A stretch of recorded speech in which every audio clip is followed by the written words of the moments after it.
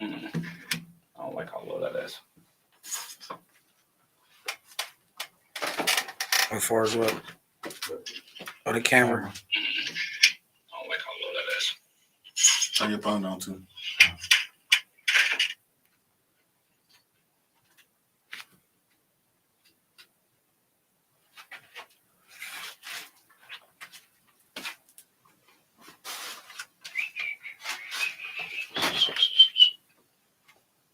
What headphones you? Oh, you ain't got it. Put them ones on. Kellen? Oh no, I'm cool, bro.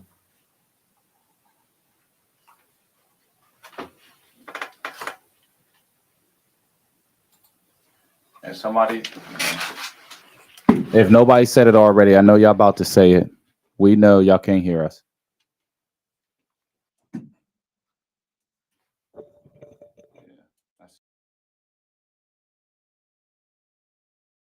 Make sure y'all take a moment and share this. Share this. We're about to get started. About to get started in like 30 seconds. So make sure y'all share this. Oh, yeah, I know. Yeah, because I turned the mic on.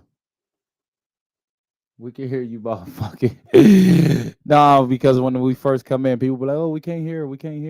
Yo, why? 61 on that boy for my nigga. 61 for my nigga Sco, bro. They know I've been going back. All right. That's all from you, player. Nah, nigga, that's for you. All right, let me fuck it. Let's go. Hell yeah. Let's go.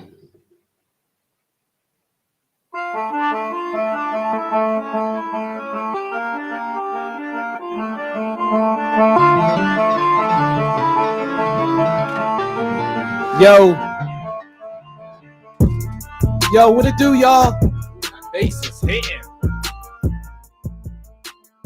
Yo, nothing but the truth podcast, baby. It's Tuesday. Got my man Asco, 100K in the building. Y'all call him Asco. I'll call that motherfucker J Loke. That's my man. We go way back. It's nothing but the truth.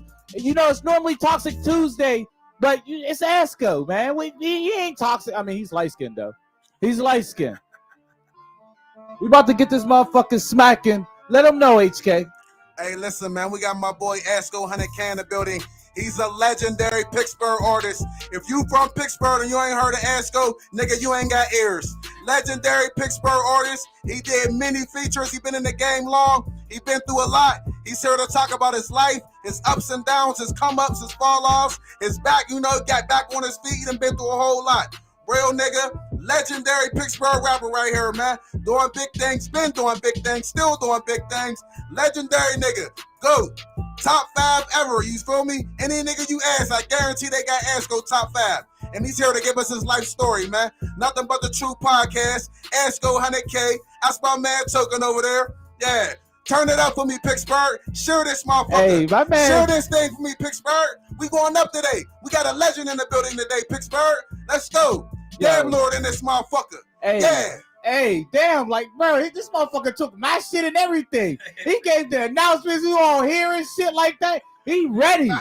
This motherfucker normally has energy for the game. We not in the game. We just do that because we do that, man. That's a cousin handshake, man.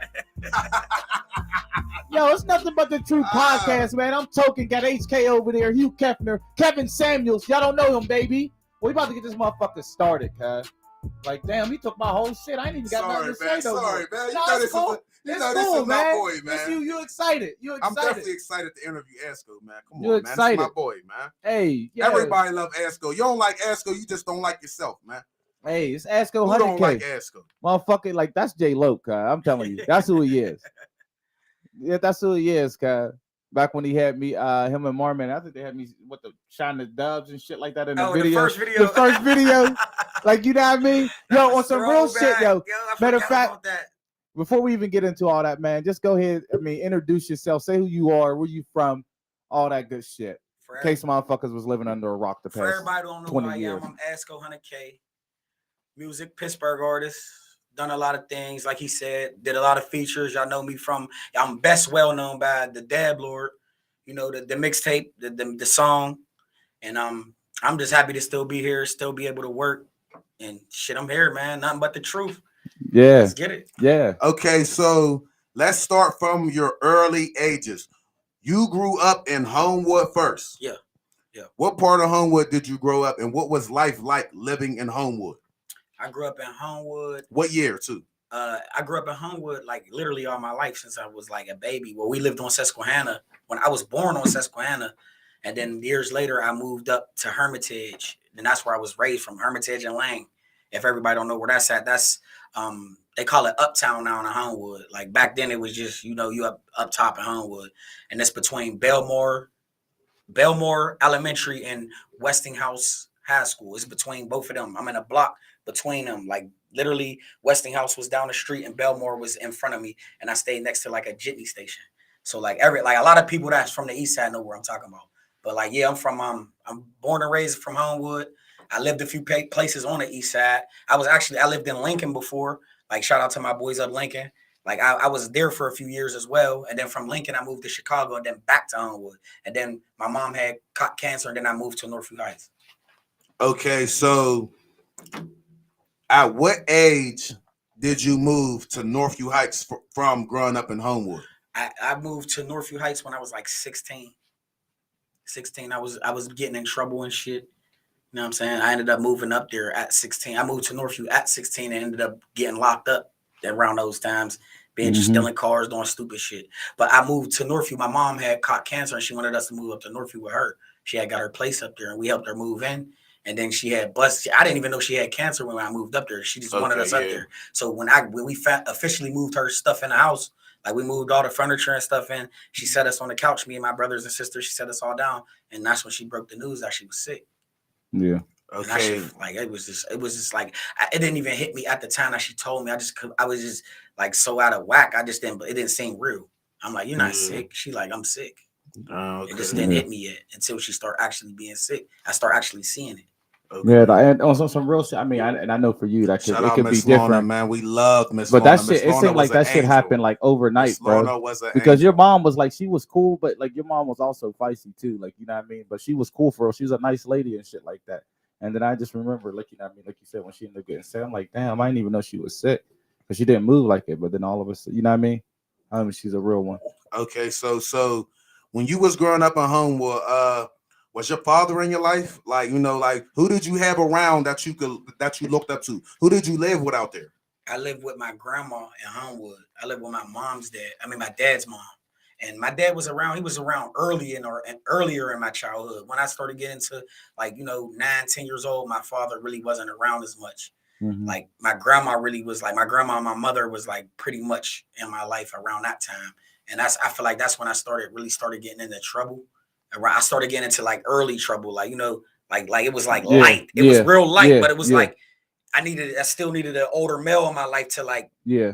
I mean, I feel like if I'd have had that, it wouldn't have been what it was. Yeah.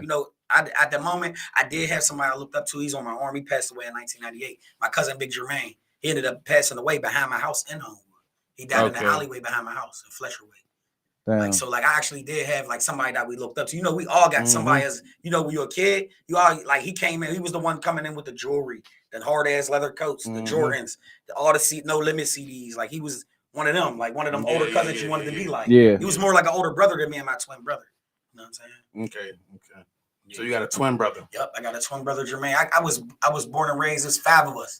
I got a twin, that's a boy, and 2 other younger brothers, and I got a sister. Okay. So moving from Northview to Homewood, how did Northview take you, and how did you feel about Northview because it's still 2 different places. So how was it moving from this hood to this hood? I actually moved up Northview with a gun.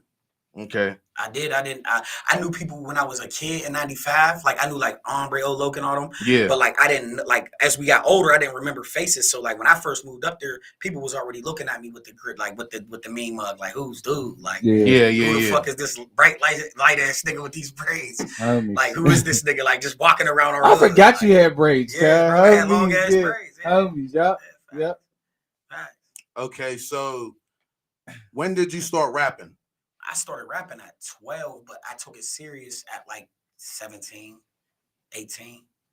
17 is when I took it serious. Like I rapped literally all my life, But like at 12, I was writing little raps. Like I got a cousin that remember a rap from when I was 12. I wish he was here. He would rap that bitch on his mic. Like a rap that I wrote at 12 years old. It was hard as hell. I didn't even know what the fuck I was talking about. But I was so dope already, like, because I was already a music fan. But I started taking it serious at 17. That's when I started like wanting to actually do it and take my time and really putting. Was you part of you? Because you was part of Payback first, right? Well, Payback that came later. Like, see, I was with when I first moved to Northview. The first person that ever discovered me, like, and really fuck with my music and fuck with me rapping was Denny Ray. Yeah. Okay. Infamous Clip. Yeah. I was fucking with them. I did mad mixtapes with them. Like we was rocking out parties. He was having me doing mad shit. I remember before I got with he had me writing up a whole bunch of music, and then he took out a recorder one day. I was on a home pass from the summit. He walking like, yo, rap. I don't even know he's recording. He got a tape recorder, but like he had it like down. He like rap. I just started rapping. We walking. I'm just rapping. He like, oh my God, this nigga come. He on a home pass talking that shit. So he like, I stopped rapping and he played it back on the tape recorder, and I'm listening to me rapping. He like, yeah, bro, I got my own studio. Fuck this right here. I just wanted you to hear how you sound when you rap.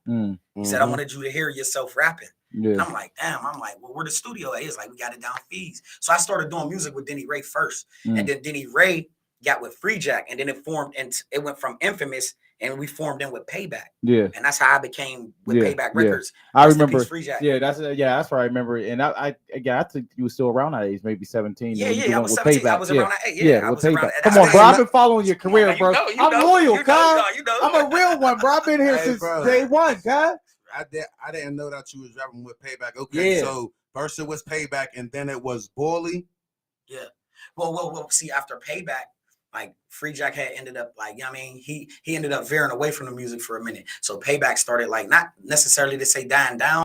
Nobody wasn't just want nobody putting on no music. Nobody wasn't putting on no records, but Moorman, Quiet Storm, shout out my nigga Moorman, he was still rapping with Free. He was still trying to put music out. Yeah, like, I remember that Free too. and them ain't putting on no music. I'm begging Moorman, like, come with us. We Bully Entertainment. I got with Big Just. I ended up linking with Big Just through somebody else's studio because I live outside the hood with the two rock brothers. Down at the bottom of the no, exactly on the 8. Talking about. Yes. I met Big Just in his studio. Yeah. Dawn. Dawn studio. Dawn. I met Big Just. Remember Dawn? And Dawn, I met Big Just prior before that, just on some street shit, bumping into him. And they told me he made beats. Yeah. You know what I'm saying? But I officially got with Big Just and Dawn. Once I met Big Just in Dawn's studio, Dawn was bullshitting me. Big Just is laughing because he see me getting frustrated. And Big Just was like, out of nowhere, I got beats. I'm like, Dawn, play some of Cuz's beats. He like, well, I mean, I got all, like, he's showing me the shit in the studio. I'm like, what's that big ass CD player back there? Big Just was like, I got a CD.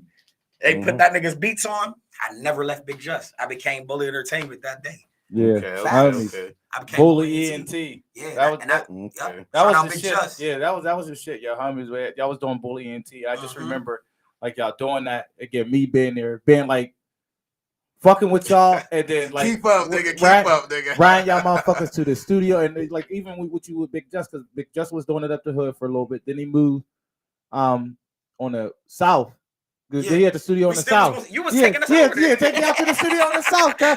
No gas money or nothing, though. Just a loyal motherfucker just riding them. Facts. You know what I mean? Facts. Like, you know, I be like, bro, we go to the booth. You gonna take us, bro? Like, man, come on. Yeah, homie. Come on, I'll take y'all. Real shit. Jumping around and he would take us every time. Every time to the studio and shit like that. Because these motherfuckers. Hey, yo. Because for real, like, because like y'all motherfuckers, I fuck with all y'all music. Facts. Homie, I mean, Marman, Quiet Storm. Fuck Marman. Fuck Marman. He's fucking Quiet Storm. No, but Marman, all of y'all. And then what's so crazy, because that's how I end up, actually, before y'all even start going to the side, I think before y'all start going to the, that's how I end up having Skinny Boy go there. Like, bro, why aren't you trying to be with Bully ENT, bro? That's how you got Skinny Boy a part of Bully ENT. Come on, man. I do this. Facts. I do this, but real shit. And look, Skinny Boy set out his royalties. Hey, real shit, man. Skinny Boy set out for a year straight and watched niggas. Watch, homie, that's all he would do. Literally watch niggas record, make beats, rap. And that nigga's one of the hardest motherfuckers today to be producing and doing music. Yeah. So then you went with Bully, right? And then y'all go with the motherfucker. We formed with Loud Pack. No, before Loud Pack. Y'all ain't go. No, it was just. No, that wasn't Skinny Boy formed with No, he was with before he came to Bully. He was with 1200 Boys. Okay. Manchester Banger. Yeah. He was with Banger on them. Yeah. It's like see how everything worked. Yeah. And Banger's Loud Pack. You know what I'm saying? So it was like everything formed into a circle. Like when we went with Loud Pack was Banger. Yeah. Stevie B. Yeah, I know. I met them through my man Big Twan. I actually met both of them without Big Twan, but it wasn't on no music shit. Yeah. They just told me they did music. So it was like a mutual, like, yo, we rap, we do music. It was like, oh, what's up? Yeah, what's up? We keep it Yeah, moving. It wasn't, I mean, it was Yeah. a shake hands, keep it moving. But like Big Just was cool with Big Twan. He's GMG. Now he had Loud Pack producing him and, you know, recording him, and he was fucking with Loud Pack from the jump. Yeah. You know what I'm saying? My man, shout out my nigga Big Twan. That's whose crib was on Iton. That's Okay, how we yeah, that's yeah. how history was made at that Yeah. man's house. Okay. Big Twan, he's the reason why there's a Loud Pack. He was Okay. the passageway from Okay. me to be able to even deal with FTR, all these different cats, and having these different people be comfortable to come through and record was his crib. Okay. Everybody was connected with Big Twan. Big Just was connected to Big Twan. Big Just went to go sell Big Twan some beats, and I ended up going with Big Just one day. Yeah. And when I went down there, I never left. Me and Big Just never left. Yeah. We went Y'all was down there. I remember and we riding. never left. I remember riding y'all Me and down Big there a Just went couple from a times. beat sale Yeah. to us forming a whole fucking squad with these. But it was what was like a fucking genius move, because when you talk about the producers y'all had that's a part of Loud Pack. Yeah. Even for even Shout with out Banger, Bully, Stevie B, like, shout you know out what I mean. Pack. Yeah. But when Shout you out the but fucking Loud Pack, but nigga. but even Shout before out that, the whole because pack. you know what I say though, Jerk. and not to like just Fresh. to bring them up, All because y'all we are niggas talking about AP. you, but a lot of people don't give, like D Murph. I like, to Murph. me, he was a genius behind beats. He just didn't Yes. have the money in the back end to Yes. get his own shit, like, you know what I mean, and shit like that. Is a D Murph motherfucking was guru. nice, and if y'all know D Murph, Shark Mouth, He's part of Loud like, you know what I Pack. mean. He's part But of that pack. yeah, but homies, Loud Pack producer. but he's not like out. D Murph He's original not sounds. out. Nah, he's Yeah. not. He's not out there like He's not that. a well-known Loud Pack producer, but he's a well-known producer amongst the North Side veterans. Yeah, he know done that music shit. for some of the best motherfuckers around this motherfucker. You know what I'm saying? He did Yeah. production for just about Project Entertainment. He did production for mad Hey, man, motherfuckers. but he got shit even under his his beats belt. though, his beats was nice. Okay, so all right. As far as Loud Pack, the producers, the rappers, the everybody, how did y'all all say we're gonna come together and form this group and we're gonna stick to this and we're gonna do shit this way? How did Loud Pack really like come together? From you, Stevie, Just, Murph, Big Twan, Banger. How did y'all Skinny all, Boy. you know, Skinny Boy, you know, because it y'all all wasn't got the Loud Pack. tattoo. Yeah, we y'all all all got the tattoo. Yeah, we got it later, but like Yeah. how Loud Pack was really formed, it was like we wasn't called Loud. We were still our own Yeah, separate on little groups. Yeah, things. yeah, They were okay. just Once all we got born together, our but they was all vibes- just meeting up. Yeah, our vibes kept us together, bro. And one day, Swear D royalties. I one know day, what. Stevie and Banger was just like, man, they dropped this fucking mixtape called Loud. They was dropping these mixtapes called the Loud Pack mixtapes, and they was naming the mixtapes different Loud.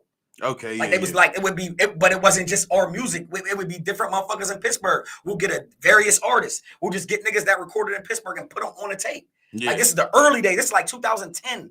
You know what I'm Yeah, saying? yeah, yeah, We getting niggas and putting Yeah. them on and just putting it out like for Yeah. free. Like it wasn't getting sold or nothing. We were just putting it out for people to listen to. So like that Loud Pack, it formed from them doing them Loud Pack mixtapes to us making it a group. You know what I'm saying? Like everybody who was involved with the music even being made. You know what I'm saying? Because they did all the production. Like even the rappers who was rapping on it wasn't a part of Loud Pack, but Loud Pack did the beat. Yeah, yeah. You know what I'm saying? Yeah, They was yeah. doing Okay, everybody's okay, shit yeah, even yeah, back okay. then. You know what I'm saying? Okay. So even back then, Loud Pack was making beats for basically a lot of different artists. Right. Even back then, though. Even Yeah, back they in was. 2010, niggas was grabbing.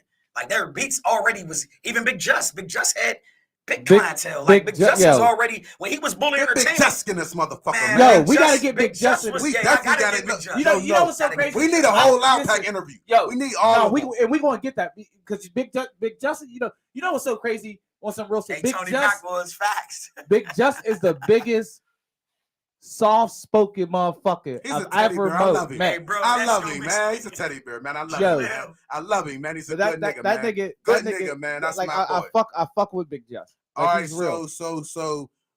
so while you're on this come up of rapping and all this, Loud Pack and all Hold on, this, cause y'all ain't talking about when you was going to ID Labs and all that, bro. Come on. Nah, it ain't All right, come hold up on, yet. all right, Nah, hold on, it ain't all come right, up all right, yet. I'm about to get there say, bro. it ain't get there Bro, yet. that's all I'm just Okay. saying. I've been here. That's next. I That's know next. the moves and everything, the new studios, That's everything, next bro. because we gotta move quick. You got a long story, so that's definitely after this question. Go ahead. Okay, how did you manage to stay out of a lot of shit? Because around that time, it's a lot of distractions. It's gang banging, it's women, it's shooting. You lived on the block, like the main block where everybody be, all the guns, all the killers. How did you manage to stay out of so much shit? I mean, it's like shit, man. That's crazy. You made me just think, relive that shit as soon as you said it. I basically just like sacrificed it. I sacrificed not being around it by just going to the studio. The studio saved me from it, bro. Okay. Like me just going down there, bro. I literally like moved out of my mom's house. I was homeless, like just living in the studio, bro. The studio was the crib. I literally like Big Twan let me move in that fucking basement, bro. It's like, bro, you could come here, bro. You don't want to be up there, bro. You got home here. And I went down. I mean, to tell you, when I went down there, I never left, bro. I never left. I seen an opportunity. I seen a chance. I seen a bigger picture of what that studio was. Okay.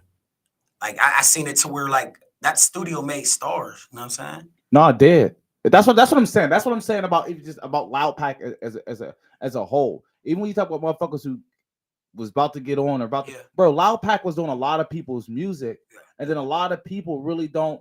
Again, even Skinny Boy, because again, not wanting to do it, and then like going with Bully, and then going with he's a fucking amazing. He's a beast. But all of y'all, Stevie, Big Just, I feel like Big Just. I'm sorry, like and Skinny Boy's my man's, but I feel like Big Just make the best beats in the city. Big Just is cold, bro. Like you know what I mean? No diss to none of the other producers out there. Big Just is a beast. That's because you grew up with Big Just. I know. I mean, I might be biased though. Nah, Big Just I fuck with that motherfucker. Man, Big Just be as soon as I hear Big Just in the beat, you be having beats, yo, nigga. That nigga, yo, because there's a couple times y'all went to the studio. He be like, I mean, I got this right here. Then it'd be some banger. It'd be some banger. He gave me a lot of heat also. I can't be mad. I got hits with Big Just. Yeah, all right. Okay, so can you talk about? Okay, so you was basically living in the studio. Yeah. So you was seeing a bunch of different rappers come there, and you formed relationships with a bunch of different people throughout this studio. Yeah. This is what I figured when I seen all those artists coming through. I looked at it kind of funny sometimes because like nobody wants to like sit through. Like if somebody's coming to pay somebody to do some music, bro, I didn't want to be sitting in people's session. Like they didn't know me. You know what I'm saying? They're coming in like some of them did. Like if you were connected to the Pittsburgh music scene, as soon as you came in, you knew who I was. But there were unknown people that didn't know me. That was coming from 4 different places and shit like that. Yeah. But for the people in the city that was coming in, even I still had enough respect to not sit in a session. I would go upstairs. But like something in my body was like, man, you know what? I need to connect with these people. I need to build relationships and fuck with people and do music with people because this is going to do nothing but help it. You know what I'm saying? This ain't going to do nothing but help niggas expand. So like anybody who was coming through that bitch, I would give them help on their lines. I would help them with delivery. I would help them with song concepts. I would just like help. And to the point where it went from me helping to them saying, fuck the help, get on this motherfucker with me. Okay, and that's how I built up my catalog as far as features. Anybody came through that motherfucker, listen, Oaks, because back in the day, if you ain't having Asco, you, bro, your feature game, you was on some Lil Wayne shit as far as Pittsburgh. Because, bro, one of my favorite, hold on. Yes, that's what we're going to get into, FTR. One of my favorite features, I don't care what nobody say, is Loud Pack Shorty. You fucking no. Limelight Shorty. Limelight Shorty. Bro, that was hard as fuck. Hold on. Okay, so as far as you and the features and the FTR thing, how did you link with them and how did y'all get some type of cool? Well, I met them in order down. We had a studio, like after I end for real, we moved to a studio downtown in the Diamond Building. And like they used to have their, like I didn't get to meet them like superly like on Iton until we came back to Iton for a little. Well, we was on Iton, but like we had our studio downtown because we still kind of had the Iton spot. We had left Iton for a minute, went to downtown, and then came back to Iton. You know what I'm saying? So it was like, when we was downtown, that's where I met them at. I met them coming through the Diamond Building. Stevie was doing sessions with them. So like when they came through, I didn't automatically like click or do music with them. Like I would sit, like, I mean, I would hear their music. I heard how they coming. And then they would walk in sometimes and my music would be playing. And they like a few times, like Drama came through, Ratter would come through. They was like, man, your shit hard. And then they already fucked with Tef and I already had a relationship with Tef so long ago. So it was like, the relationship through me and Teflon with them, it just became mutual. We just became cool and we started working. Yeah, that limelight. They woke me up on my sleep. That limelight was crazy. All right, so dealing with FTR, there was a lot of members basically from like a rival hood, from the hood that you were from. Now, answer this question. Did people in your hood feel some type of way about you dealing with them? Yeah, I caught flack. Like the people, the soldiers in the streets and everybody that where I came from up the way, They was definitely having conversations with me. They like respected what I was doing, but they was like they wasn't feeling it. They ain't like it at all. I definitely caught flack from up the way about it. But like I was just telling them, like, look, bro, I'm trying to be a businessman. I'm trying to grow beyond this shit. You know what I'm saying? This shit is for all of us, bro. I make it, bitch. We all get out of the hood. You know what I'm saying? At the end of the day, y'all worried about the small talk. I understand y'all don't fuck with them. But right now, this is my career, bro. I'm trying to build something here. It ain't about beefing with me at this moment. I'm at a different point in my life. I want to do the music. And they respected it at the end of the day. That's why, like, we still connected. That's why I love my block. I love the 8 because niggas respected it at the end of the day. You know what I mean, they ain't get in between it. They ain't put me. They didn't involve me in it.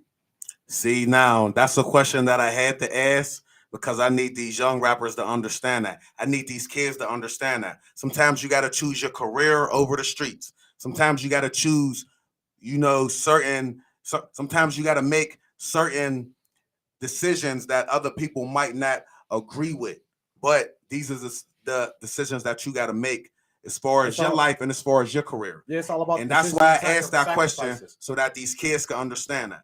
Yeah, you understand what I'm saying? Exactly. What you said is absolutely no, correct. but for real. I mean, that's real because like when you do and you doing stuff like that, not even saying that, go perform and shit like that. That's what happened, man. Again, like we all like everybody wanted to be a part of the streets and do that shit for a while. But then after a while, I was like, yeah, you know what, this shit ain't for me because I got bigger and better things I'm trying to do and I'm trying to shoot for. And sometimes you get like, no, but it was hard. Shit. It was a hard transition because you know I was Northview to death. You know what I'm saying? Like coming from Homewood, like Northview wrecked me so hard, bro. I didn't do nothing but embrace the hood. You know what I'm saying? They embraced me, and like for that change was awkward on my side because it was like, you know what I mean, like. I got motherfucking family in that shit too. You know what I'm saying? And it's like it was definitely awkward, but I had to let them. I had to be a man about the situation. You know what I mean? I'm like, look, listen, this is my music. Like this ain't about no beef and shit. I'm connected and building over here. Like that extra shit, you don't hear me beefing in my records. You don't hear me dissing niggas in my records unless it was some rap shit or like you want to get destroyed on a record. We can rap beef, but like far as like the street, I never involved the street beef in my raps ever. I feel like I ain't had to. I was too talented. I touched people in different ways with my music. I ain't have to go that route. I didn't need that for clout to boost me. My talents boosted me alone. Just from me ripping other niggas shit. You know what I'm saying? I get on a nigga song from East Hills. East Hills here, they want to do a song with me. People from there. You know what I'm saying? Yeah, that's how it is. What was Teflon's energy like in the studio? Man, Teflon was like a robot, bro. He was like a machine. It was to the point I would see him in the booth rapping, bro, and I would be like, "Damn, I gotta step my shit up." Yeah, I'm talking about, like, literally, like, and that's crazy because like I remember this motherfucker didn't know how to rap at all. Yeah, that nigga was ass. He was ass in the O. Yeah, I used to kick beats for that motherfucker, like everybody like doing a little freestyle battles. But Teflon couldn't rap. But but when I started to hear some of his shit, bro, he was nice. Man, too nice. Became a fucking too monster, nice, bro.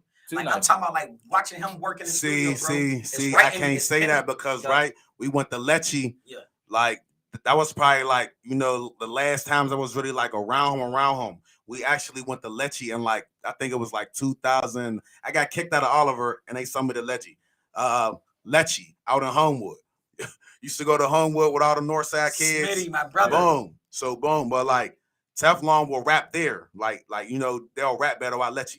He used to tear them motherfuckers up. Yeah, he was a battler. He always been a battler though. No, he was. He was battling niggas. But that was up. I think that was like y'all maybe 10th or 11th grade year or some shit like that. Yeah. Because when he first tried to do it in his first, I'm telling you, man, my man was young. You caught him when he was young. My man was hot dog water. Yeah, I'm telling you. You caught him in his No, but he was in his immature era, like asking me for a square and then fucking up in a battle. You get what I'm saying? But he was nice though. That nigga wrote on a motherfucking computer paper, bro, in a roll, nigga, and unraveled it. It went down to his feet and really rapped the whole fucking roll. I stood there up north, looking at him rap. Like, I ain't never seen no shit like that ever in my life. Ever from a rapper, bro. I don't even think he knew how to count bars back then, bro. That's how hard he but it was being around it. Just rapping. That element, bro. Like, Tef was a different animal, bro. He was a different animal. Okay, so all right. When did you start really evolving in this music shit? Like, you know, because you met Young Dolph, you done met E40, you done met Wiz, Plaz, Rick Ross. You got a lot of shit under your belt. when did you start really turning that music shit up? Like, what year did that shit really start? Like, was it Dab Lord year or was it before Dab Lord? It was way before Dab Lord. Like, Wait, hold on. So way before Dab Lord. I'm gonna say it was way before Dab Lord because you got to think. I've had classics before Dab Lord. Homies. I gotta remind. Oh yeah, Yes. No, Sometimes I gotta yes, you do. Nah, That's homies. why you're here. That's why you're here. Classics before, like people know me from Dab Lord to New School. Like people who don't know about 2010, 2011. Like I had classics since Trappers. I ain't even gonna name Young yet.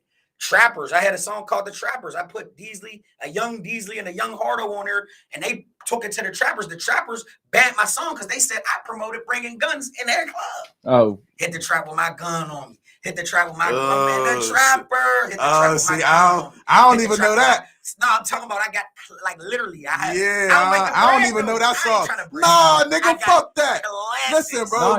We here to give people they flyers while they here. We always say that. Every show we say that. We giving niggas they flyers while they here. Because I didn't know that Trapper song.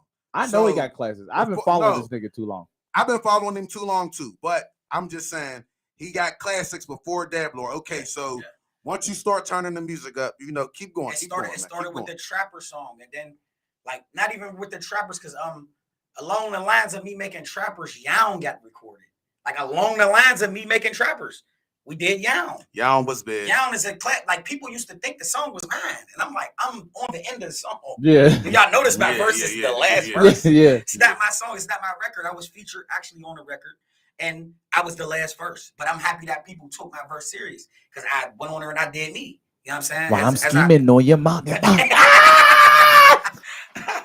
But no, Young, a classic, and like anything that I collaborated with just became instant classic. Anything that I jumped on, even some of that shit I did with Bully, was classic, like was hot shit. I've been having classics. Back tonight. If you think about my track record, anything that I jumped on, it was turning into gold. Yeah. Anything that I was jumping on. Yo, real shit.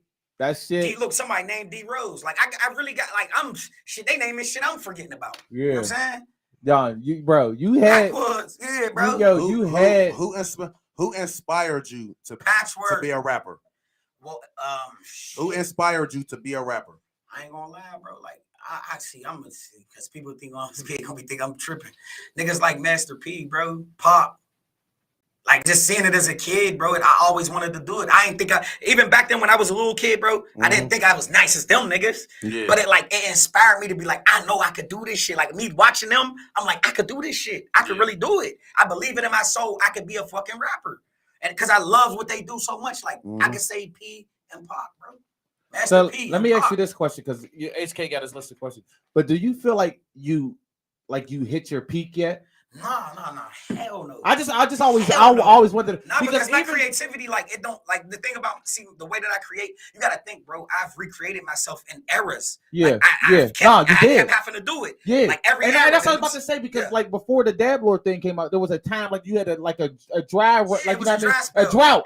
You get what I'm saying? It was again, this a motherfucker. As an artist, it happens. As a real artist, a motherfucker who fuck with your music. That's how I was like, you know what I mean? Look at Kendrick Lamar. Look at how long it took for that man to put out a masterpiece. What I'm saying is like music, because like of today, the music game is microwavable today. So they're expecting the projects to come out in a week or like a month. Like back in the 90s, motherfuckers used to take a year to do a fucking album. Yeah, real shit. You know what I'm saying? Just so it can be what it is and just so it can have its long-lasting effect. Yeah. Nowadays, the music is so microwavable, like Future album just dropped. I'm pretty sure the younger kids ain't even listening to that shit right now. I'm just saying, like a nigga like Kodak and them niggas, they're in the microwave. They're a part of this new era, so their music will last a little bit longer because they're used to the microwave. They're used to cooking it fast. Yeah. Once you're already like advanced, you know, anybody who comes after you is gonna be more advanced, bro. Like your kids is gonna be better than you at what you was doing. You know what I'm saying?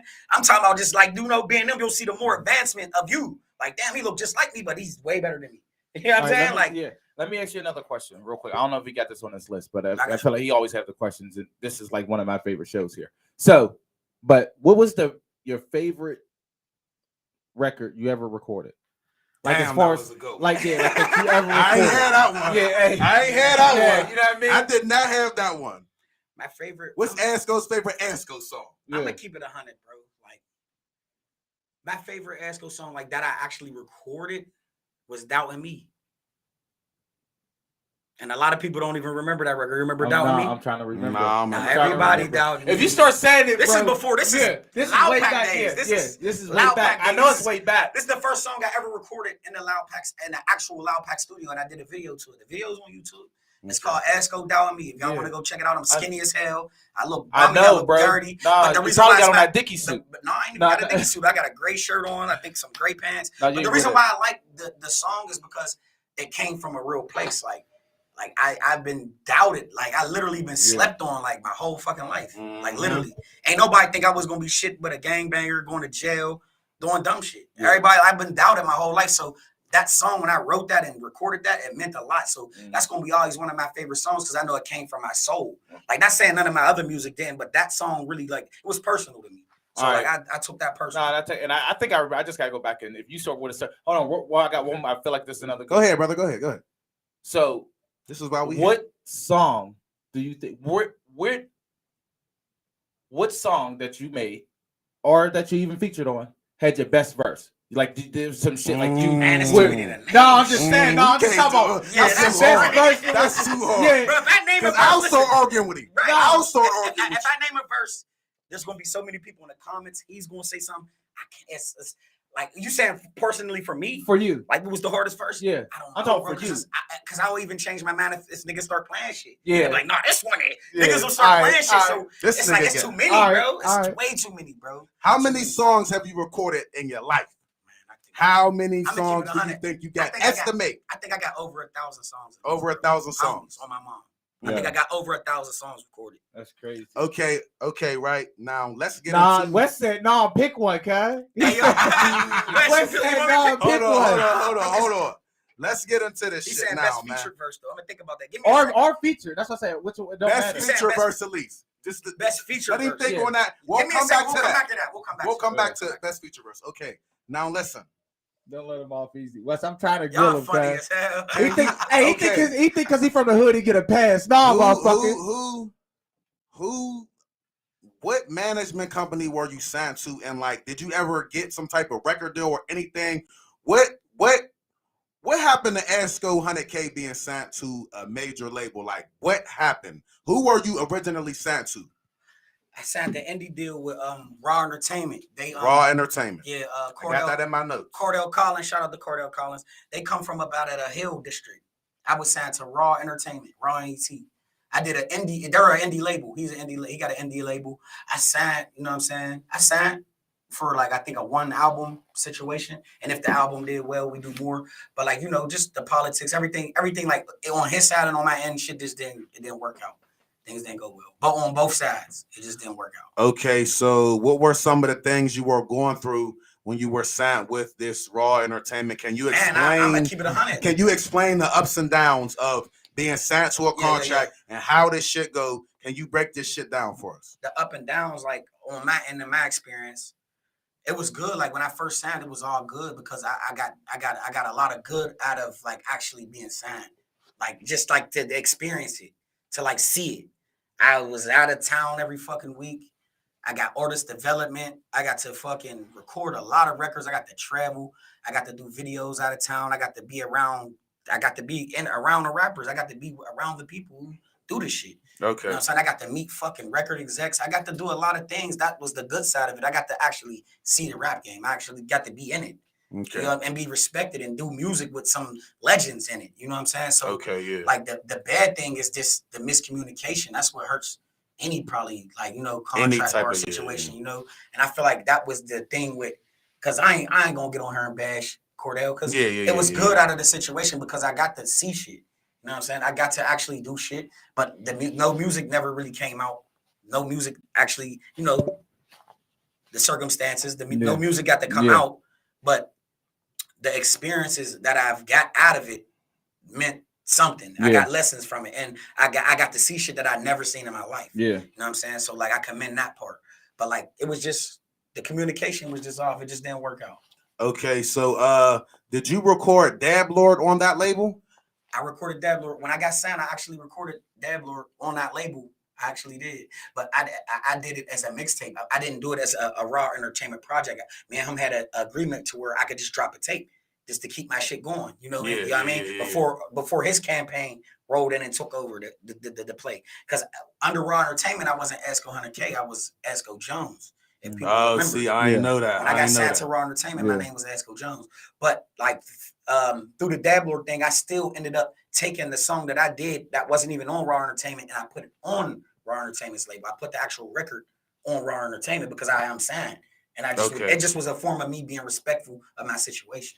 Okay. And not just doing what I wanted. You know what I mean? So were there other rap labels looking at you besides Raw Entertainment that wanted you to sign with them? Yeah, there was a million people coming at me. It was a lot of people. I had a lot of people wanting to have conversations and wanting to sit down.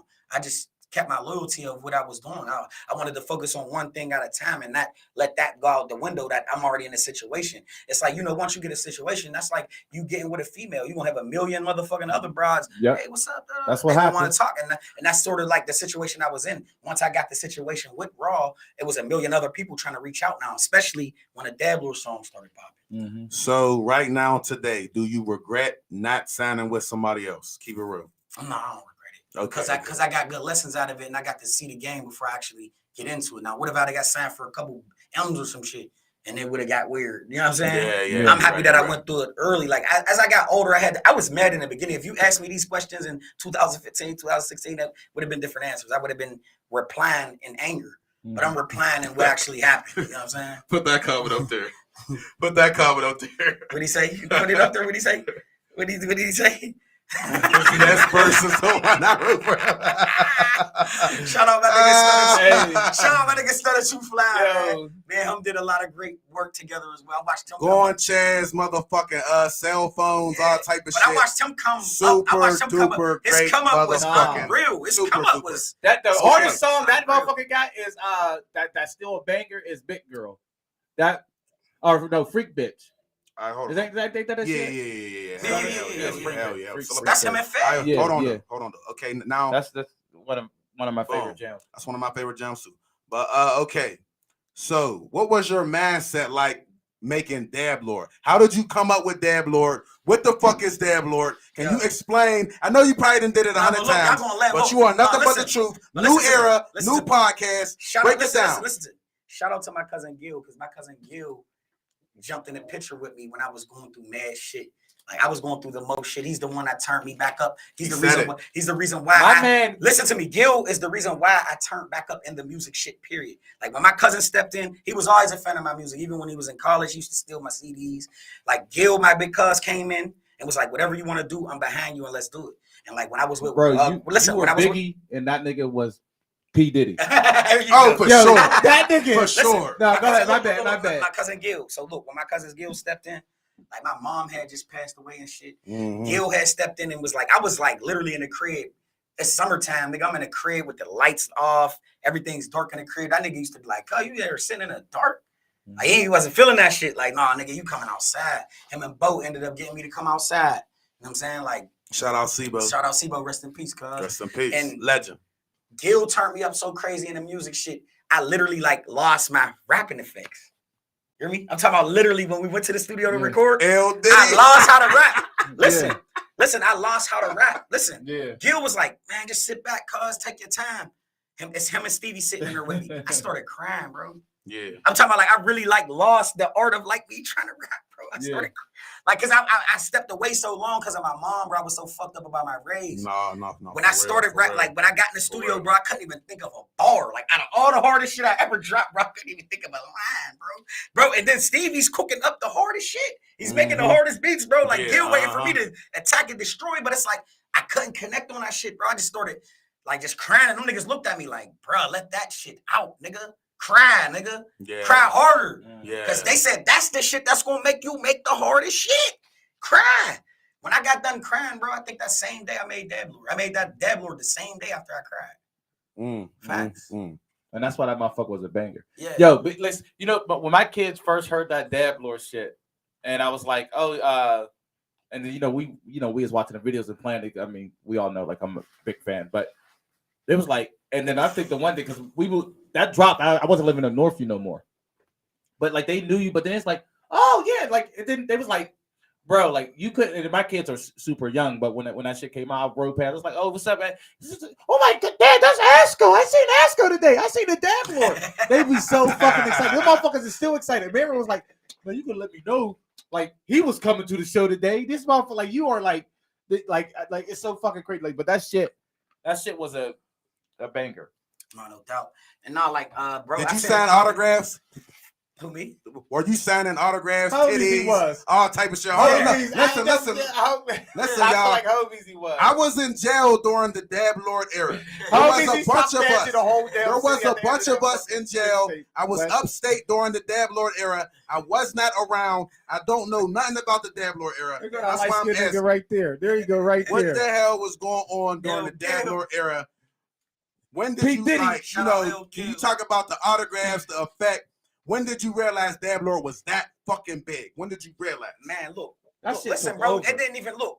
Me and Gil did a show with Oe in Miami, and Dab Lord wasn't even out yet. We already had the records, Gil. As soon as Gil heard it, he jumped around the studio like, this nigga's back. He's back. He's about to fuck him up. He went crazy. Look, me and Gil get emergency flights to Miami with Oe Homies, to go before my O show. Oe got a show. It ain't my show. We just went down to support Oe. So look, O-Dog like, bro, you want to perform that Dab Lord?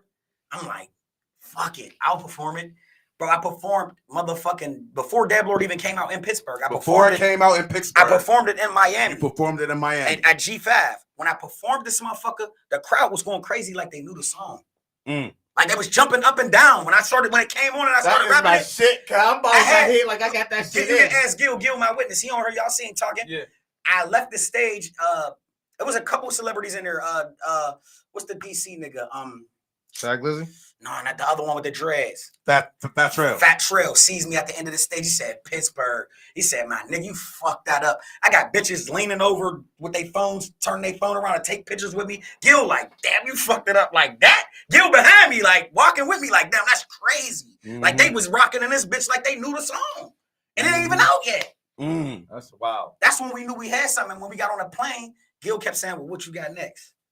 We gotta have something else. Like, we gonna already shoot this video. We gotta have another song though. You need another single. And I wrote "Fuck It Up." Already had the hook of "Fuck It Up" on the plane. I made the hook of "Fuck It Up" on the plane. I said it to Gil. I said I'm gonna have a whole bunch of kids saying "Fuck it up, bro. Fuck it up, bro." They but I couldn't get the kids, so I got niggas to say. I couldn't get the actual kids to say it. Nigga, man, you got me ready to turn that shit off, man. Talk about the third verse. I got some East Side. Like, what made you just put that part in there? That part is so legendary. What was the mindset? I'm gonna keep it 100. My nigga Stevie B was like, you gotta do a chant. And I'm like, what you mean a chant? He like, nah, bro, you gotta say something important. You gotta do some important shit. Like, remember how when on Done It All with Shorty Low.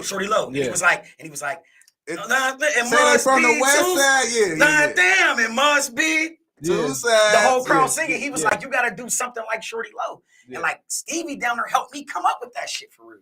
Stevie B's a genius. For that last part, he was like, you fucked the song up already. Now you got to give the crowd their part to sing. Yeah. Stevie B's genius says, help me come up with that last part. I got it. I mean, the words are my words, but he helped me like construct it and make it to what it is, like on some, a chant, like make people say it. Like I'm saying it, and then you hear the crowd. You know what I mean? Yeah. Like he made me do that. Everybody turn that shit down. Yeah, all the DJs, all that shit.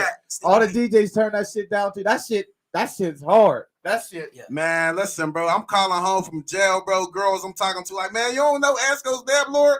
I'm like, bitch, I ain't here. I can't hear that shit up here. Like, what y'all talking about? Asco this, Asco that, man. Listen, I came home and heard that shit. Yeah. I said, this nigga ain't go crazy like this, man. Because, like, before I went to jail, you was, then I came home. I'm like, shit. It was still yo, this nigga is lit. Obviously, he was lit. But, yo, like, that shit, rode for, like, a minute, though. No, did it not? Yeah. The whole album, and Dab Lord. Yeah, they're still playing Dab Lord till this day, bro. And that was fucking. It's like I can't even escape that shit. It's like they don't even. They play that shit out of town. That's crazy. They play that shit out of town. That shit came out in 2016. You know when I knew that? Look, remember you asked me the question. You said when did I knew shit was real? When I looked on TV, nigga, and they playing Dab Lord at the Stiller game, bro. Yeah. Oh, they playing that shit at the Stiller game. Yeah. When they played Dab Lord at the Stiller game, that's when I knew this shit was like, this shit's getting out of hand. Like this, like you said, a nigga ain't supposed to be here. I wasn't, but like it was the circumstances of what happened. And like, listen, if you would have asked me these questions a few years ago, I'd be speaking out of anger and I'll be talking crazy. I'll be speaking my feelings. I was in my feelings, but I'm speaking real life. I mean, you light skin. It's all. It's cool. It's good. Go ahead. No, but what I'm saying is like, I understand the business more now and how it goes and how it's worked. The way these dudes are becoming successful, they have an actual team and everybody's on the same page, man. And when you ain't on the same page, because it don't just take one rapper to get on. They have to have a team. Right. It's a team of people. And if that team ain't solid and the stars don't align with that team, it's not gonna work. You know what I'm saying? You gotta travel with these motherfuckers and be with them every day. You gotta make it work. You know what I'm saying? And the situation, just with my situation, it wasn't like that. It got more hostile than anything. Okay, so that shit still was, I think, one of that shit was hard. Definitely one of the greatest. That whole fucking mixtape. One of the greatest Pittsburgh mixtapes, man. All your shit. We already know this nigga. He legendary nigga. I can't say it no more. Trust me. I don't care where I'm at in the world. I could be in a motherfucking prison in motherfucking Afghanistan. When they talk about top 5 favorite rappers from your city, I always mention. Everybody mentions them. I look. Now, whenever the Dab Lord hype calmed down, was the same people still around you? Did you have the same crowd of niggas hanging around? Was there niggas leeching around you during the Dab Lord era? That's the first question. Of course. After the Dab Lord era, did some people fade off and stop being as loyal and as real? Absolutely. It come with it. Hell yeah, of course. A lot of niggas. I used to have 30 niggas around me every day. So how did that make you feel that, I mean, as being human, man, yeah, I was fucked up. I was mad as hell. Like, damn, that's some fake ass shit. But, I just like, that shit come with life, with anything. That's like a nigga who get money. Once you fall off, nigga, we're all the hoes. Ain't nobody want to hang around no more. Nobody want to chill. But like, far as that fame shit is like a drug, though, bro. It's like everybody just want bits and pieces. They'll pick you apart if you let it. And like with me, like I always see from the jump, I always kept like family with me or people close to my family. So a lot of people that was around wasn't 100% family, but they were surrounded around my family or just around, you know what I'm saying? And like when they faded, it didn't hurt me too much. As long as my family stood around, I kept my cool with that. My family members were still around. So like, I ain't tricked. They said, move your mustache. You definitely had your whole mustache on the camera. Me? Yeah, it was sad. Yeah, it was. Oh shit! They gonna screenshot it and circle it. Yo, damn! How was my mustache in the camera? My bad. I was trying to hook up the fucking device. My bad. Okay, so man, it's the most get the hell out of us. Hey, yo, Wes, go here somewhere, bro. I didn't even know my mustache was. It was my mustache on my beard. Shout out my nigga Pee Wee, Big P, man. What's up, nigga? All right, so look. We're going to fast forward a little bit. We're going to fast forward just a couple years. All right, this years later. Now, we have another Pittsburgh rapper by the name of Hardo. Legendary rapper. Hell yeah. Now, Hardo, shout out Hardo. Hardo and They Cools. Shout out They Cools. Is that his name? Yep, okay. Cool. They put out a record, and it basically mentioned a bunch of Pittsburgh rappers, and a bunch of y'all had to fire back. Right. Now, how did you feel when you heard your name be mentioned in a song as far as Pittsburgh rappers? How did you feel? When I heard my name, I couldn't believe it though at first. I'm like, damn, we want this to be like, what the fuck is going on? But and then my niggas is like, so what you gonna do? I'm like, man, I ain't worried about niggas. The quarantine, I don't feel like rapping. And then niggas is like, nah, nigga. My family, my fans, they wouldn't let me go to sleep, bro. So like I was forced to attack back. You was forced to attack back. Kaboom. Now listen, yeah. I'm not gonna lie, and I swear to God, y'all can ask me this off camera. Y'all can ask me this in 20 years. Y'all can anybody that know me. Asco's diss back was the best diss. Asco and Black J and Hemi had my favorite two comebacks. Yeah. Because Hemi shit was crazy too. But your shit was pure fucking bars. What was Hardo's response? And what was Hardo's response? And what was Day Cool's response whenever you dropped that motherfucking song? Yeah. Guillotine. Yeah. The song is called Guillotine. Hardo, as soon as Hardo, I guess when he heard it, when he got a chance to listen to it, he called me. He hit my phone. He was like, man, boys. Bro, you gotta end the thing, guys. No, it's cool. I'm trying to keep it like this. He was like, Go ahead, keep he was talking. like, boys, I knew you was gonna come with some shady shit. He was laughing, he was cracking up. He was like, out of all niggas, he said, boys, I ain't even. He was laughing like, boys, I ain't even want to say your name. He was like, man, I ain't want to say your name. Banger made me say your name. Banger, I'm fucking you up. So Banger made Hardo say your name. For what? Why? He wanted me. I wasn't active. I wasn't doing no music. I was just laid the fuck back. Wasn't no music coming out. And he was like, man, make that nigga ass go rap. Make that nigga ass go rap. Make that nigga ass go rap. Cause niggas thought you lost it until we heard Guillotine. Niggas thought you lost it, Sco. Niggas was like, man, Asco's washed. Yeah. He's this, he's hearing it that. all, man. Niggas got the call on you washed. So like, Shit, they saying it now until they hear they saying it now, but look, so when you came back with that guillotine, like, you know, like, what was your mindset? Like, man, I got to show these my niggas. mindset is that Because you came back quick, too. no, I did. I came back like literally like shit. As soon as I heard it, the song was like You came back quick. But like when I heard it, I was a little fueled. I'm just like, damn, I don't want my comeback. Because I know anytime I make a diss, I know it's gonna be my words is fucking crazy. Yeah. I just didn't want my comeback to be that though. Like I ain't come back this and he's cracking off that. I ain't want it to be that, but it happened to come that way because it was like everybody was looking at me like, well, okay, he came back. They was counting niggas comebacks like, okay, he dissed him, he dissed him. He came back. Now everybody's just like looking over at me like, yeah, where you at? Yeah. What you gonna do? Yeah. Like literally, I'm walking in public and being out. Niggas is like, is you gonna diss the nigga or what you gonna do? Real shit. So like, you know, I came back with the bomb, but that time was like, I don't know. I was still going through shit. You know what I mean? Niggas is human. I was still going through shit. I wasn't feeling no rap shit at the moment. But the nigga definitely made me rap. Okay. Leave my mustache the fuck alone. I think it was my beard, huh? Shout out to them niggas that made him rap. That glitch was my shit. I like the glitch. I like the glitch. I like the glitch. Shout out my boy 30 Stick. That's my boy. Okay, well, another quick question. Who was your favorite celebrity that you met? And can you name some of the celebrities? Name all the celebrities you met, because you got a relationship with Project Pat, Wiz Khalifa, Young Dolph, Rick Ross, Plas. No, yeah, that's because I'm a fan, and I know you got you done been with celebrities. You know, can you name your favorite one? Can you put this comment up here now? What?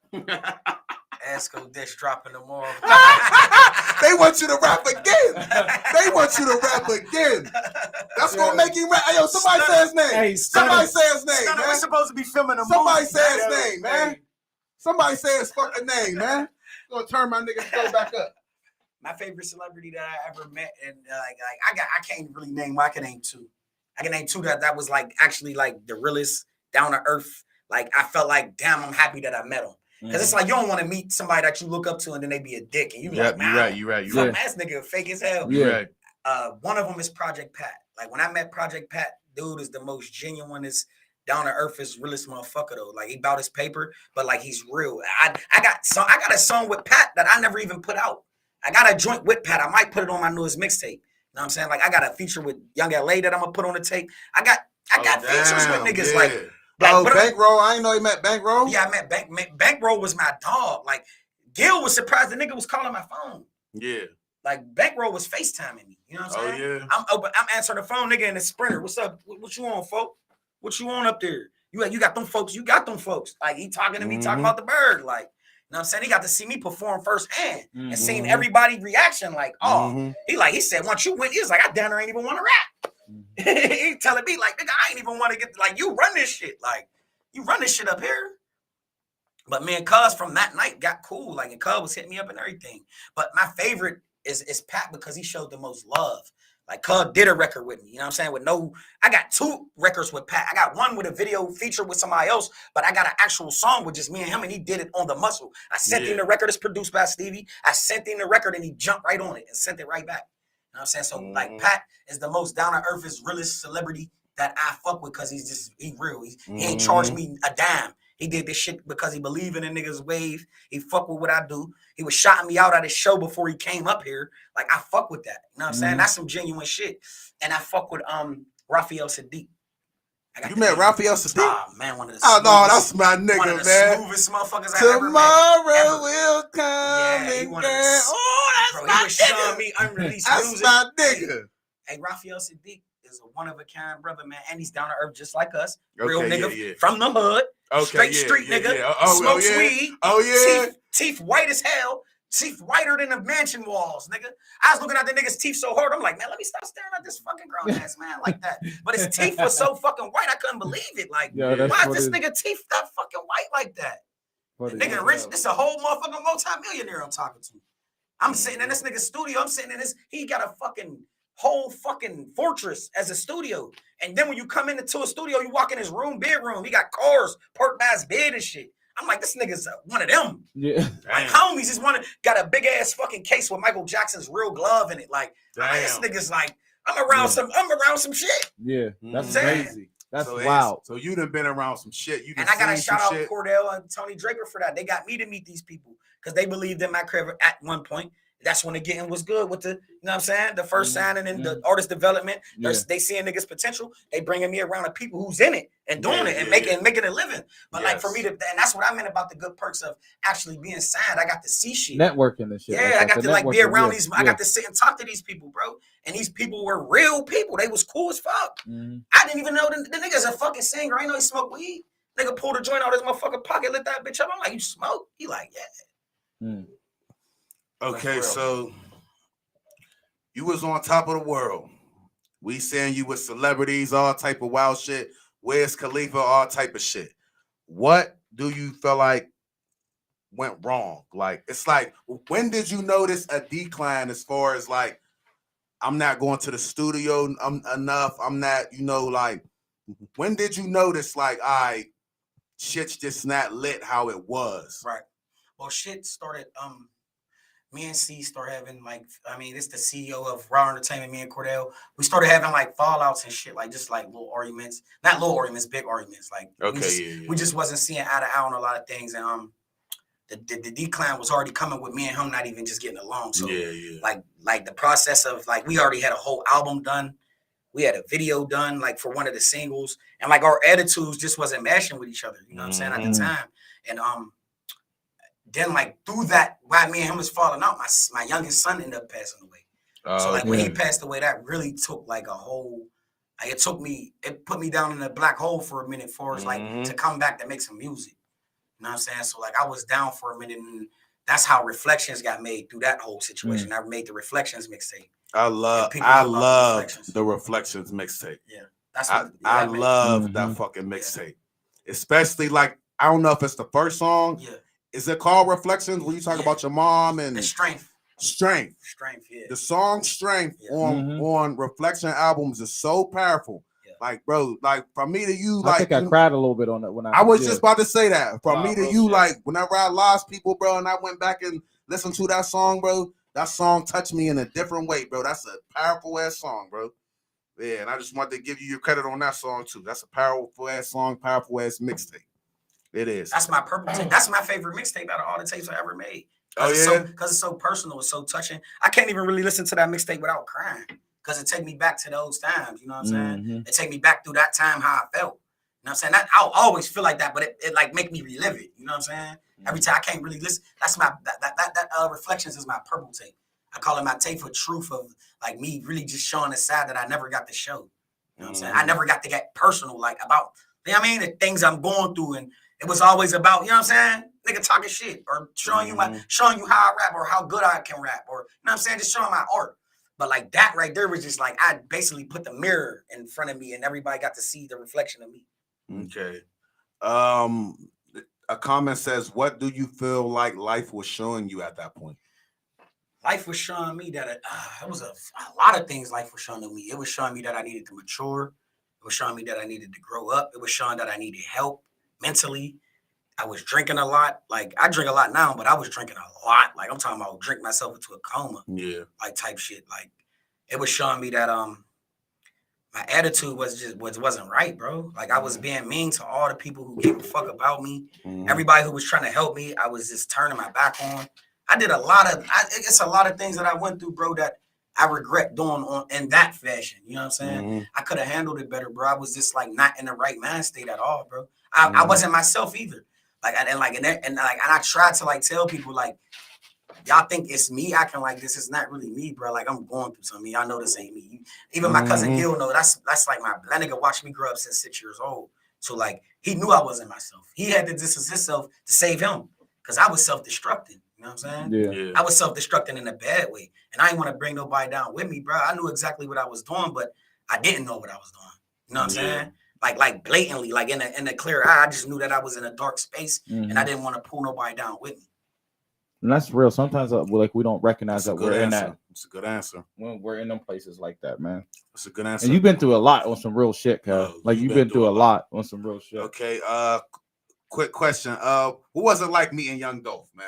Man, Young Dolph is like a player. Who wasn't like meeting Young Dolph, I'm gonna keep it 100. Like how you hearing the music, like his attitude and how he is. Like he's like that. Like how you meet him, and he's exactly who he show you he is. Like not on no like trying to play you or act like too bougie for you. No, like just a real nigga, like one of them real top niggas. Like when you meet him, he be excited for people to speak to him. Like he's one of them. Like he's not no like some of them interviews you would see looked at like he ain't want to like, you know what I'm saying? Because they be asking him stupid shit. And that's just certain interviews. It's like I don't know how to take this shit. I'm gonna know what they're gonna ask me. But like you when you meet him humanly as a person. Dude is one of these players. Fuck. I said to him, he was at O's video shoot. He had the fucking OG Bobby Johnson's on. I said, damn, you got the jewelry, you got the rollie on. I'm like, damn, that's how you feel with the, you know what I'm saying? He said, man, when you got money like this, man, you can play this shit like this. Hey, me up Northview though. I asked him that up the hood. I'm like, yeah, that was hard. I like how he answered that. Nah, Dolph was like a player, bro. He was like that, bro. He was like that. Cool as fuck, bro. Okay. All right. So another little question. Out of all the Pittsburgh rappers that we've lost, because we've lost some great rappers, Wapo, Trilzy, Teflon, Nizzy, Booga, you know, we lost a lot of rappers. I can't even name them all. Who was your favorite Pittsburgh rapper that we've lost? Teflon, man. Teflon Don. Tef. Because I feel like he didn't get a chance to really. He didn't make it to his highest self yet. He was actually before like he was around in mixtape. He was in mixtape stage. Yeah, and he was. We didn't get to catch him in album. We didn't get to catch him in song mode. And he dropped some hot Brucey, shit a little bit. I forgot about Brucey. Lil Brucey's my dog, but I'm saying I just forgot about Brucey. Brucey's my dog. That's actually one of my friends. One of my child like I grew up with. Cause like swear to God, I forgot it's about. It's different from an artist. That nigga was nigga. That was the pop of out art. in the streets. Nigga, listen. Murder. Brucey was the Tupac of our era, nigga. Of my era of rap. Brucey was like Pac. So like I'm not even putting him in this category. Teflon is my favorite is because his energy, bro, and the power inside his heart and the talent that he had. Nobody got this. If you seen him rawly, you would believe it. Because you would see him behind the mic. That shit was coming from here, bro. He wasn't on there just looking at no paper, bro. Dude was amazing, bro. Yeah. I never seen nothing like it. Facts. Swear. I bet. Okay. Now, you're older now. You're still doing your thing. But there's a lot of hate towards older artists. Now, I always ask older artists this. Do you feel older artists should still rap? And do you feel older artists still have a chance at making it successful in rap? Because listen, people don't understand. You don't have to be signed and rich to rap. You could literally there's certain artists that just rap, that put their shit out and they make money off their shit. Yeah. and they make good fucking money off their shit. Yeah. That's older and all. So how do you feel about rapping at an older age? And you know, at an older age, I ain't really mad because all of the niggas that's older is the rich niggas. Yeah. Them is the niggas who's on. Like, you don't really got too many super young rich niggas. Like, you starting to get them now, but all of the niggas that's putting niggas on is the older niggas. If you look at the rap game, really like how you looking at it, Jay-Z got all the fucking rappers under him. Gucci Man signing a lot of motherfuckers. Like, all the rappers is older that's having this shit. You know what I'm saying? So my confidence as far as like the older rap, it'll never die. Look at niggas like Griselda. All them niggas is old as hell and are rich as fuck. Booming. Because there's a fan base for that. Now, see, if you trying to be an older nigga trying to mix with a young nigga and make young nigga rap, you gonna look corny. Yeah. You stay in your lane and you can still stay relevant. You ain't got to do what they doing. Yeah, you right. If you great, you gonna be great regardless, no matter the age. You right. I don't think there's no age. We've been surpassed that age shit because we watch niggas recreate themselves a million times. Look at Snoop Dogg. Yeah. Cub been recreating itself since fucking 93. Nah, for real. Nah, facts. It's still relevant. Yeah, look at niggas like Kanye. Like niggas is recreating themselves and still getting paid for music. Being great. Being great. Real shit. Ain't no like I used to think it was a young nigga game, but it's really not. Like we've been surpassed that. You got niggas like 2 Chainz. He's still getting paid off his music. Yeah. You know what I'm saying? He older. He ain't no young nigga. He older than me. Yeah, real shit. So it's like me being older, like I feel like it's a good thing that I'm still around and can still be relevant because I know if I drop tomorrow, they gonna listen. But it just like you said, it just gotta be how you can't mix and try to make young. You gotta do you. Mm-hmm. I'm saying, and you can drop some game to these young motherfuckers. Right, exactly. Like, nah, for sure. You a pioneer, man. So let me ask you this question. I think you need to ghostwrite for these niggas, man. These niggas suck, man. Ghostwrite for these niggas, man. These niggas suck, man. We sick of these Pittsburgh niggas. Fuck. I know you in it. I know you listen to more local. I mean, you listen to local shit. Who do you think the hottest young person is in the city? Coming up out of Pittsburgh. In the city. You said who's the hottest coming up? Well, who's the hottest in the city right now? As far who's your favorite? Who's your favorite rapper right now in the city? I gotta see, man, because there's a few I've been watching, a few that I've been seeing, and it ain't even going off of no music shit. It's the grind and the sweat and tears, man. I'm gonna go with Fed, bro. He's my favorite right now, bro. Fed the God really been inspiring the fuck out of me, bro. Facts. Shout out my nigga Fed. He been inspiring as fuck. Like he's inspiring. Like he's showing this shit. Like whether a motherfucker like it or not, look at the things he's doing. Yeah. That's what he's showing this shit each and every day. He's showing it. Definitely is. And that's what this shit take. That's he how came you a become long a way. star. He came a long He been putting in way. fucking work. That's what I like to see. Fuck who's the hardest, who's this, who's that. Nah, this music shit is who gonna survive in it, who gonna make the music to be along amongst the greats. You know what I'm saying? Like, cuz put in the work for this. He ain't get signed and got a privilege. No, that nigga worked for this shit. He worked. So my favorite, seeing it, I'm fucking with it. Next one was that address one. Whatever. I don't remember that shit. I don't remember that. That shit was so long ago. I do not remember my address. Nah, but hold up. Before we even wrap this shit up, motherfucker, I ain't letting you go from that question. Hold on. What was your hardest? Yeah. My hardest. I had one more question. I got one more. I got literally one more question before that. Before we get back to that, one more question. What advice would you give to your 21-year-old self right now at this age? If you could go back and talk to 21, 22, 23-year-old Asco, what would you tell him? Man, never leave the studio. I should have never left. Never leave the studio is what I told my 21-year-old self. Never leave and never sign a contract. Okay. Damn, that's real. That was real as hell. Okay. Now let's get back to this question we've been waiting on all motherfucking show. Who was your favorite feature? What was your favorite feature, man? You gotta think of feature. Favorite feature. For like Pittsburgh rappers. Hold on. Favorite Pittsburgh feature and favorite celebrity feature. My favorite celebrity feature was with Barrington Levy. Who is that? That reggae artist. That song he did Shine's joint back in the day. Whoa. Oh yeah. I didn't know you had a song with him. I got a song with him called Not Today. You can look that up. Yeah, I didn't know that. It's called Not Today. And I wrote his lyrics that he sang on her. I wrote those. I penned those. Facts. You's a fucking legend, man. You like, bro. You might need your little movie or document. You got enough footage for a documentary. Yeah, I do. We're gonna get an Asco documentary one day. I wanted to do a Pittsburgh movie first. We could get I feel like we could make it a little later for that. It's a lot of footage online of me. But I know you're right. But it's like shit, this will be part of it. Like, I mean, all of this shit is being oh yeah, bro. Functioning, creative for it to be. It's a history. Yeah. All right, favorite Pittsburgh feature. All time. My favorite Pittsburgh feature. Damn, man.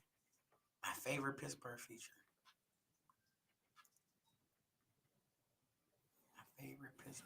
I know it's hard. Come on, man. I know it's tough. He's gonna try to get out of it. I've done so much with motherfuckers, man. Yes, I know that you it's can tough. Remember. We'll make it like so he said Dillinger. Hey, my nigga Dillinger. Shout out my nigga Dill. Shout out my brother Dill. Hey. Yo, and they said you Favorite got a Pittsburgh freestyle feature. too, cuz. All I get, that's all in the notes. That's all in the notes. My favorite Pittsburgh feature. Favorite Pittsburgh feature. I'm trying to find a good beat too, so just in case. Let's see if he turn this down though. Favorite Pittsburgh feature, man. Let's go, man. We've been waiting our show, man. You had our show. Yeah, also. I'm trying to think, bro, because there's so many motherfuckers. You definitely did so much shit, man. You did do a lot. You did do a lot. He did a lot. All right, man. Fuck that. Fuck that. Okay. Top 5 Pittsburgh rappers of all time. Let's go. Damn, of all time? Top 5. Asco's top 5 Pittsburgh rappers of all time. You can include yourself. No, I ain't gonna. How would I include myself on the I'm just saying, because you're in everybody else's. Yeah. So we want to know your top 5 Pittsburgh favorite rappers.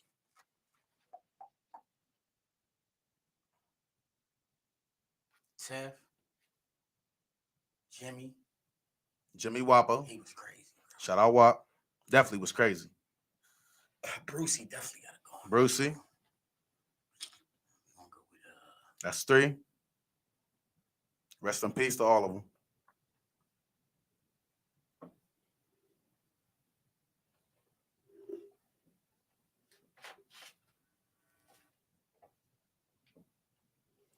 Come on. You got 2 more, man. You got 2 more. That's 3. You got Tef, Wap, Brucey.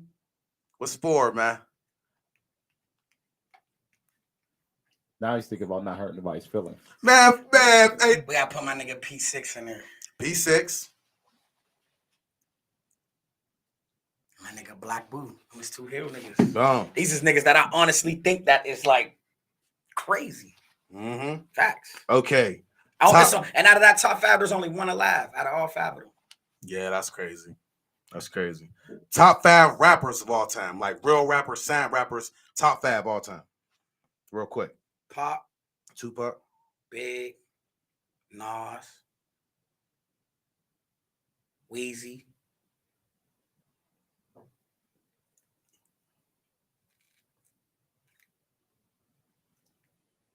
J. Cole. J. Cole. Mm. That's a tough list. Tough list. So Damn. Pac, Biggie, Nas, J. Cole, Lil Wayne. Facts. Good one. He said Lil Wayne then J. Cole. No, I'm just saying. It ain't in no order. Okay. Right. Where do you see yourself in 5 years? And where do you go from here? Hopefully successful. I've been working my ass off right now. But no, most definitely. I've been working on a lot of new music. It ain't nothing out at the moment, but I've been working on a lot of new music, and hopefully what I got can like impact way bigger than what I've ever done. Mm. Okay. Been taking my time, so we'll see what goes from here. Okay. That's real. And how long you been wearing your goddamn hats like that, nigga? You been listen. Like you're the signature hat wearing. You don't. That motherfucking company needs to sponsor you. Hey, you need, man, nigga, you need sponsor by them motherfuckers. You made them motherfuckers famous. You made them hats famous. I don't even want to wear my hat no more unless I got the motherfucking. He been wearing hats like that since he was 120 pounds. You was definitely skinny. All right, man. Now to sum it all up, man. Can you spit for us? Do you want a beat or acapella? Can you spit for us? You're a rapper. Can you spit for us, man? You're a rapper. We got the legendary Asco K. I know you got something in that phone that you could just say. I don't care if it's 8 bars. Give us 8 fucking bars. It says Asco 100K. Beat or no beat? It don't really matter. I probably won't even need a beat. I don't even need a beat. I don't even want to. I don't even feel like freestyle. You even had me smoke that damn weed. I'm high as hell. This nigga want me to freestyle. I'm like, oh, he set I me always up get the guess. He always get Eric, man. We get everybody, man. Listen, we gotta get somebody to freestyle on here. Nah, but that's cool. Just no. At least 8 bars. At least 8 bars. Give us something, man. I'm gonna try to figure out something up there. I guess. Give us something, man. Got the legendary Asco 100K in this motherfucker. Y'all make sure y'all be sharing this thing for me, y'all. You know what I'm saying? That's my man, yo. Legendary nigga, man, from the city. Been around for years doing this shit, man. Let us get 8 bars, man, from the GOAT, man. I'm gonna try to find out some dangerous shit. Mm-hmm. Can't rush greatness. Can't rush greatness. Now, trust me, this nigga, I've been hearing this nigga just spit shit out his phone for years. I remember he spit some shit. This was, you probably don't even remember this shit. Where's a more man? Right when he lived right there on the 7th. Man, we was in that nigga studio down there. This nigga spit some shit out of his motherfucking phone. This shit was crazy. I think I got this was shit. 2012. Right, there you go. Be ready. Here you go. You ready? I said, weighing weed on a scale on my white lows, getting off white loads, found a glitch punching the right code, black lows match with the pipe, black tee go with the mask, we come through, we match with the night. First time that I rhymed, I was giving them 16, pearl handle flow, now the glizzy got red beams, dudes ain't real, they want to rock you to sleep. Nowadays, dudes ain't real, they want to walk in your sneaks, play you close because they really trying to rock you to sleep. I said, what I say? Man, the risk ain't worth the reward. I said, man, the risk ain't worth the reward. Man, I've been loyal to niggas. I should get a reward, but this is real life. If it's fire, then I'm lighting it. They getting mad, I ain't breathe life in it. If I ain't sing it, I ain't writing it. When I rap, I'm putting life in it. You can tell how I'm reciting this. Put your lighters up for all the real that's left in the world. Same, I said, some in the stash, some in the, I said, put your lighters up for all the real that's left in the world. Some in the stash, I'm on some bills and get the rest of my girl. More mature, I feel like I want to be stress-free. I said, my boy be riding, he sliding just like a jet ski. It don't make dollars, then it don't make sense to pay the rent. If you got shotters, then it's just that easy to get you hit. I said, breaking up the pieces and serving them out my pack when I was sliding in Caprices, clicking Uzis out the back. Liquor bottle spill in the middle of the field in a time where it's fake, but they feeling like they real. I don't know. I'm just trying to get y'all something. And these is like, something like, I don't know. I'm just trying to get y'all something like. I wasn't prepared for this. Yeah, he definitely wasn't prepared, right? We always catch the rappers off guard, man. But that's what we do. Nothing but the truth podcast. Asco 100 motherfucking K, man. Yeah, here in the books, man. Shit was crazy. I appreciate you. Thanks for Go ahead, Tuck. You already know. You family. It's nothing but the truth podcast, y'all. Shout out to my man Asco 100K. Real rapper, real nigga. I fuck with this motherfucker. We appreciate you coming. You know what I mean? You know we fuck with you. I'm mad it took this long to get you to come on the show. But I'm going to save that beef for after the show. You know what I mean? It's nothing but the truth podcast, yo. If you want to be where Asco is, inbox us. We got you. You want to promote your brand, your business, inbox us. We got you. Like, you know what I mean? We coming to you weekly. We're going to do another show this week. We'll have a show on Thursday, right? We'll have special a show day, on Thursday. special time, guest. 6 p.m. So make sure y'all tune in. It's going to be a good one. We moved our toxic to Thursday. Now listen, y'all, this is nothing but the true podcast. There's something I want to say. Y'all could be anywhere in the world, but y'all here with us. Y'all could be doing anything, but y'all rocking with us and y'all fucking with us. And shout out to y'all for that. Shout out to everybody that watch us. Make sure y'all subscribe to our YouTube channel. If you got music, you can send me your music. We'll play your music on here. You know, we'll get you lit. We'll get you whatever. Hit us up if you got music, brands, business, anything you got going on. Hit us up. Let us know. If we work something out with you, we promote. We do it all. We host parties. We host mixtapes. We do it all. Let us know. Nothing but the true podcast. Asco 100K in this motherfucker. Yeah. Yep.